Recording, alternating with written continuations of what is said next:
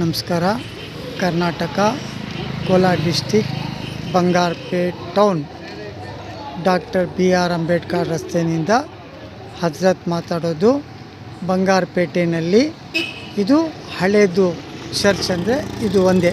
ಆಮೇಲೆ ಬೇರೆ ಚರ್ಚ್ಗಳು ಸುಮಾರಿದೆ ನೋಡಿ. ನಮ್ಮ ಪೊಲೀಸು ಅಧಿಕಾರಿ ಕರ್ನಾಟಕನಿಂದ ನಮ್ಮ ಬಂಗಾರಪೇಟೆ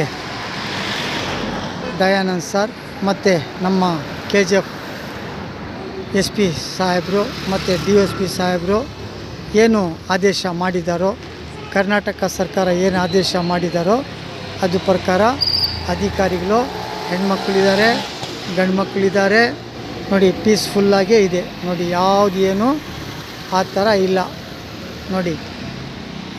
ರಿಸರ್ವ್ ಲಾ ಆ್ಯಂಡ್ ಆರ್ಡ್ರಿಗೆ ಸಿಬ್ಬಂದಿ ಇದ್ದಾರೆ. ಇಲ್ಲಿ ಯಾವುದು ಅಂಥದ್ದು ಆಗೋದಿಲ್ಲ, ಆಗೋದು ಇಲ್ಲ, ಆಗಬಾರ್ದು.